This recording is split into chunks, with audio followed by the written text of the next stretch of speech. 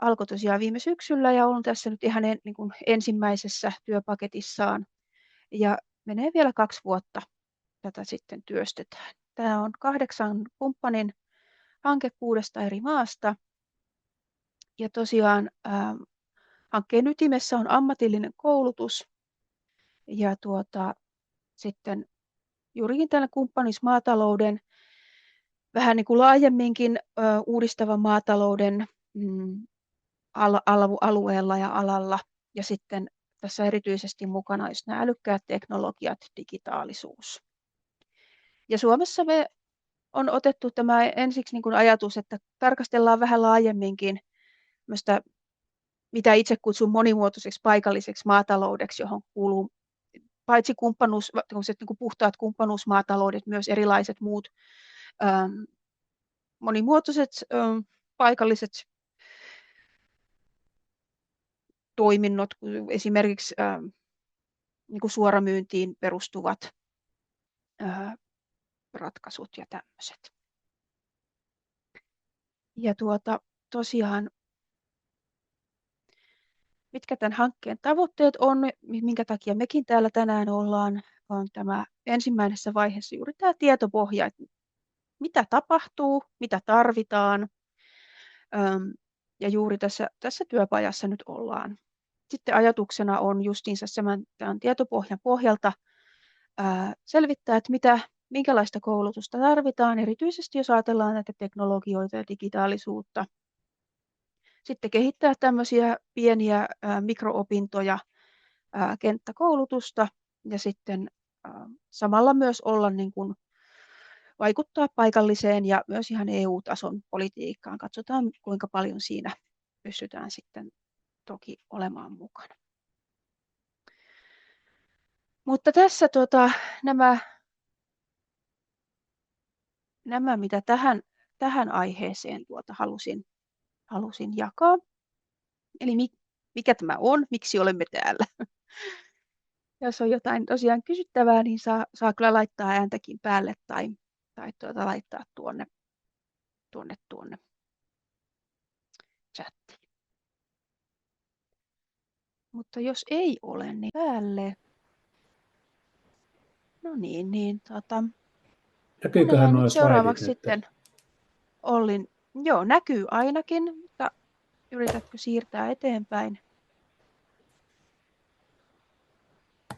Näkyy edelleen. Nyt joo, vaihtui kyllä dia. No niin, jes, hyvä. Hei, tervetuloa munkin puolesta ja kiitos kutsusta kertoa kumppanuusmaataloudesta ja mitä tällä alalla on tapahtunut Suomessa. Käyn aika pintapuolisesti sitä ja ihan pakko tähän niin kuin vaan alkuun niin kuin nopeasti, että en lähde sen enempää tästä, eikä ole tapani luennoida niin kuin asioista, vaan enemmän on semmoinen tekemässä niitä juttuja, mutta tähän kumppanuusmaatalouteen niin liittyy aika pitkälle 2 aika erilaista mallia, että on tuottajavetoinen, eli puhutaan niin kuin viljelijävetoisesta kumppanuusmaataloudesta, ja sitten on kuluttajavetoinen kumppanuusmaatalousmalli, mikä Suomessa silloin, kun tämä tuli, niin tämä kuluttajavetoinen ja osuuskuntamallinen, mikä osuuskunta siellä taustalla toimivat, niin se kumppanuusmaatalous sai ehkä niin kuin enemmän sijaa ja sillä se aloitettiin. Mutta kumppanuusmaatalous on niin kuin riskien jakamista ja yhteistyötä kaupunkilaisten ja pellon ja viljelijöiden kanssa, ja kyllä siitä pitäisi jonkunnäköistä iloakin syntyä.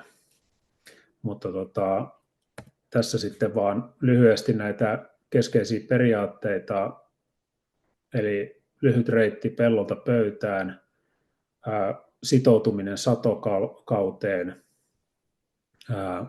avoin tiedonkulku, mahdollisimman läpinäkyvä talous, varsinkin näissä niin kuin kuluttajapuolen jutuissa niin on koettu tärkeäksi, ja reilu tuottajahinta sen kautta, että ollaan mukana siinä. ja puhutaan paljon riskien jakamisesta, mutta toisaalta voihan se olla niin kuin sen onnistumisenkin jakamista. Kestävää ja vastuullista maataloutta monesta eri kantilta katsottuna, eli aika paljon maataloudesta puhutaan niin kuin sen ympäristön kannalta, mutta sitten pitäisi ottaa, että myös talous ja sosiaalinen, ja nyt puhutaan aika paljon, on tullut näiden 3 lisäksi myös niin kuin kulttuurillinen kestävyys siihen. Sitten tällaisessa kumppanuusmaataloudessa on pitkälle, niin kuin, että miten osallistutaan siihen ja miten ollaan sovittu, että päästään yhdessä tekemään niitä asioita. Ja sitä kautta niin kuin tulee myös näissä aika pitkälle, että opimme toisiltamme. Ja meillä Herttoniemen ruokaosuuskunnassa kaupunkilaisten oman pellon jäseniltä kysytään aina vuosittain, että erilaisia niin kuin satokauden onnistumiskysymyksiä, niin sit siellä on myös tämmöisiä niin kuin yleisiä, kuinka tämä on vaikuttanut esimerkiksi ruokakeskusteluun, niin tällainen, että ollaan paikallisesti mukana jossain, niin hyvin pitkälle myös antaa niin kuin, ymmärrystä siihen laajempaan globaaliin ruokakeskusteluun. Sitten mitä Suomessa noin niin kuin lyhykäisyydessään on tapahtunut, eli niin kuin Suomessa usein, niin ekana kirjoitetaan ja tutkitaan asioita, eli 1996 vuonna Biodynaaminen yhdistys on julkaissut kirjan Verkostoituva talous, voimavarojen kokoaminen maataloudessa, ja siellä on niin kuin mun tietääkseni niin kuin ensimmäinen tällainen, niin kuin, ei kumppanuusmaatalous, mutta puhutaan siitä asiasta, ja sitä silloin mietittiin tuohon aikaan justiin EU-maatalousjutut muuttui aika paljon, niin siinä oli erilaisia aiheita, mutta se ei sitten käytäntöön mennyt. Sitten 2010 vieraili sitten Urgency-järjestöstä Jocelyn Parrot Suomessa ja Ranskan AMAP-sopimuksista, mikä on sama kuin sitten CSA, niin kertomassa. Ja siitä oikeastaan voisi sanoa, että Suomessa lähti sitten niin kuin asioita tapahtumaan. Eli siellä oli paikalla niin kuin, kaupunkiviljelijöitä, ruokapiiri, aikapankki, ihmisiä ja kiinnostuneita tämmöisistä aiheista. Ja siellä oikeastaan tähän, missä mäkin olen, niin tapasin sitten semmoisia ihmisiä, mitkä halusivat lähteä edistämään kumppanuusmaataloutta Suomessa. Ja 2011 perustettiin Herttoniemen ruokaosuuskunta, ja sitten aika nopeasti niin kuin Lahdessa, Turussa, Tampereella, Oulussa tuli samanlaisia justiin niin kuin kuluttajalähtöisiä osuuskuntia. Sitten 2014 oli jo sen verran sitten, niin alkoi sitten tuottaja-viljelijävetoisia kumppanuusmaatiloja tulemaan, mitkä on ehkä enemmän sitä, mistä Jocelyn kävi kertomassa, eli nämä AMAP-sopimukset Ranskassa on niin kuin, se järjestö oikeastaan vaan niin kuin yhdistää olemassa olevia maatiloja sitten kaupunkilaisiin ja maatilojen lähellä asuville ihmisille. Sitten tuossa jo mainittiinkin, niin on perustettu 2019 tämmöinen kumppanuusmaatalous ry-yhdistys, minkä tarkoituksena niin kuin ajaa yleisesti kumppanuusmaataloutta Suomessa. Ja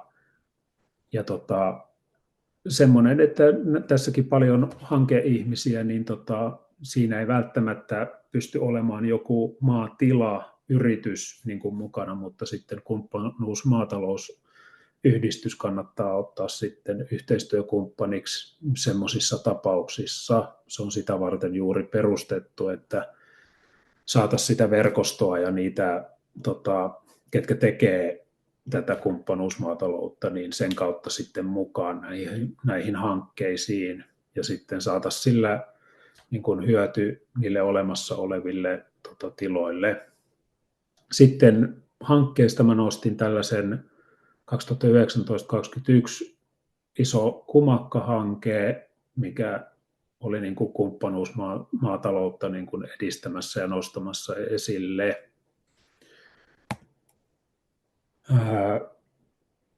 Sitten pikkuinen katsaus maailmalle. Ei ole mitenkään, niin kuin, ja aika vähän löytyy sit kuitenkaan niin kuin tietoa semmoisella niin kuin nopealla googlettamisella. Mutta Ranska on iso, siellä niin kuin lähemmäs 500 000 kotitaloutta on tämmöisessä mukana. Euroopassa yli miljoona jäsentä. Sitten Norja on hyvä esimerkki. Siellä pikkusen aikaisemmin kuin Suomessa aloitettiin ja siellä on jo kuitenkin 200 CSA-tilaa. Siellä se tarkoitti sitä, että siellä alettiin kansallisesti niin kuin panostaa siihen ja pitkäjänteisesti ja reagoitiin siihen ihan eri lailla kuin Suomessa, että se on niin kuin Suomessa, että ollaan tähän saakka päästy, niin on oikeastaan kiittäminen niitä niin kuin pioneereja, ketkä on siellä kentällä, että ne on pitänyt ja jaksanut tehdä tämän asian eteen hommia. Sitten tuollainen vaan niin kuin jenkkien luku, että suoramyyntitiloja Jenkeissä niin on 200 000 ja niiden toi on sitten dollareissa niiden arvioitu myynti niin 3,3 biljoonaa taalaa.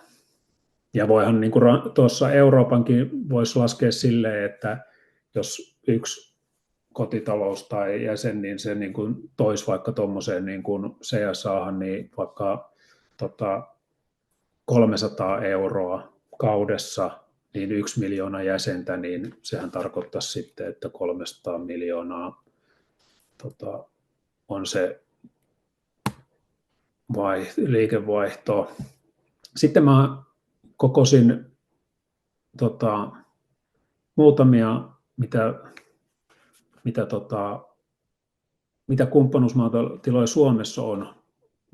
Voi hyvin olla ja onkin, mutta tämä pitäisi niin kuin mun mielestä ehdottomasti päivittää, että ketä on niitä toimivia tiloja, mutta hyvin erityyppisiä ja kumppanuusmaatalous tässäkin niin kuin näiden muodossa näkee, niin toimii hyvin, että se kattoteemallisesti pystyy toimimaan. Esimerkiksi Green City Farm on niin kuin Perho liiketalousopiston oppimisympäristöön, mikä tekee enemmän sit niin kuin, jos ajattelee, että aika monessa on niin kuin kotitalouksia mukana, niin siellä on niin kuin yritykset siinä ja ravintoloitsijat sitten niin kuin kumppaneina, mutta se pyörii samalla lailla kumppanuusmaatalousteeman alla, eli jaetaan sitä riskiä.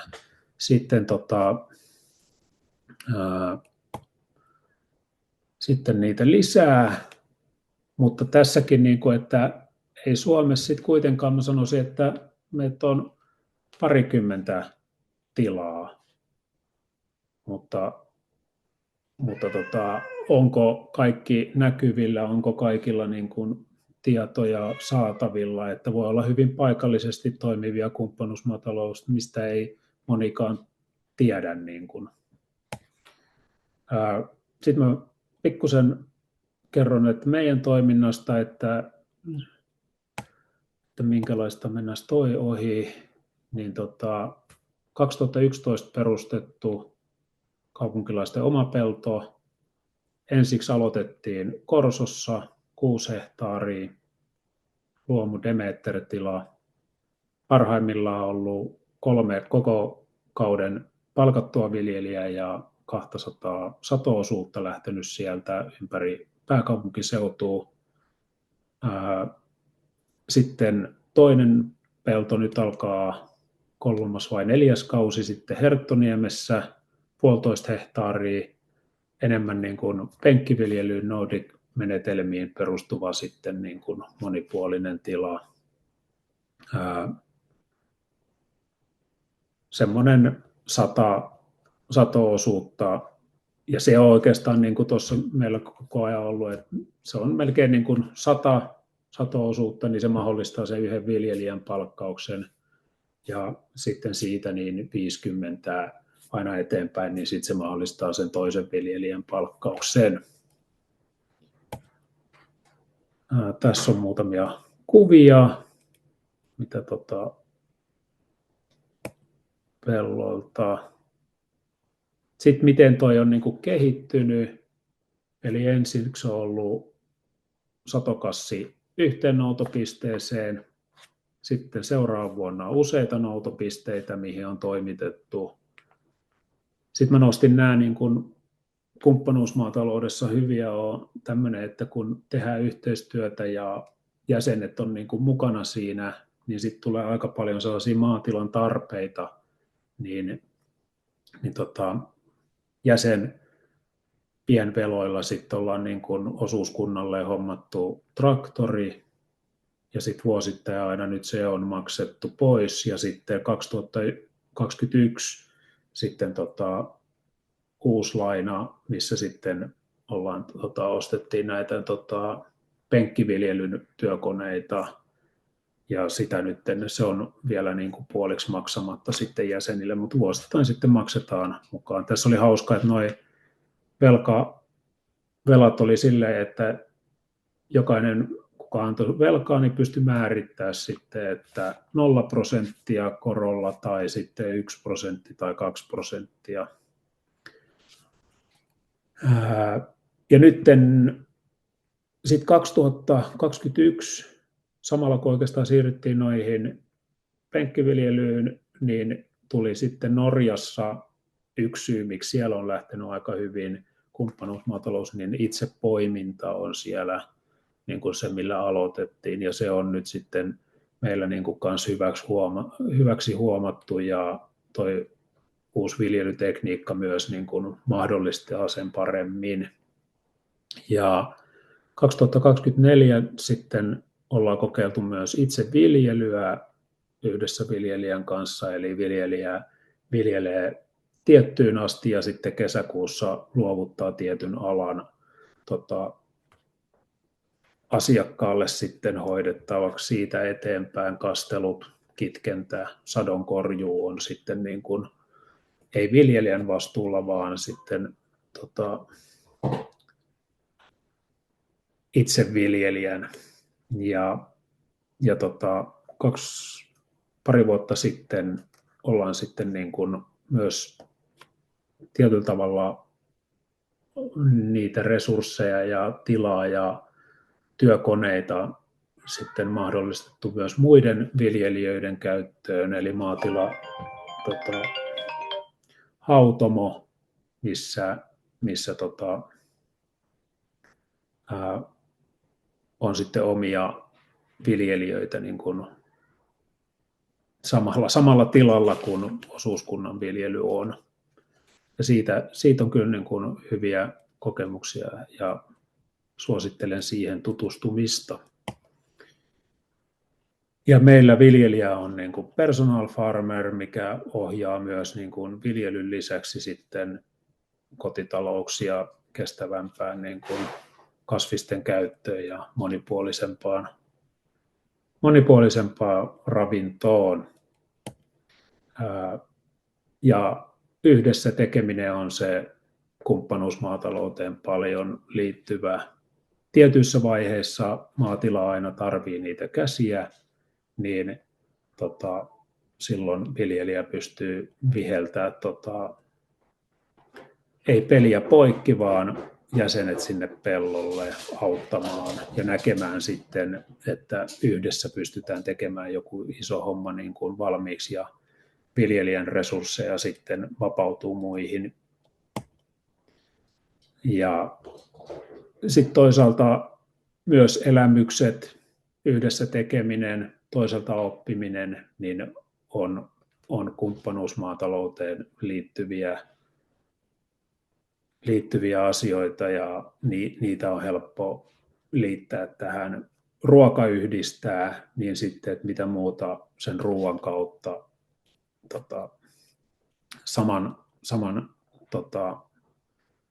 saman tilan ympärillä pystyy tapahtumaan. Ja yhdessä oppiminen, tässä on esimerkiksi mehiläishoitajien kerho kokoontuu ja opiskelemaan sitten mentorin kanssa, mikä palkattiin sitten jäsenille opastamaan niin kuin, mehiläisten hoitoon.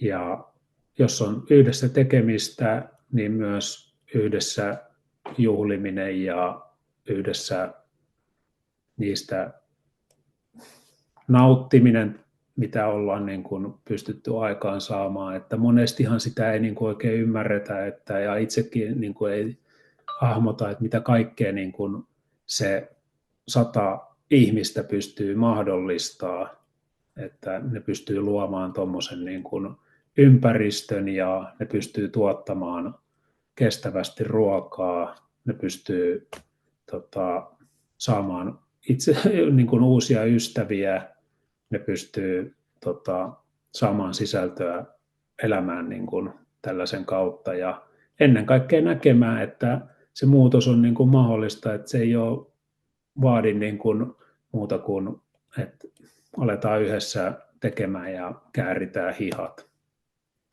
Sitten erilaisia ruokatapahtumia ollaan järkätty, sadonkorjuujuhlia ja raparterifestareita. Joo, siinä lyhyt katsaus niin kuin vähän ison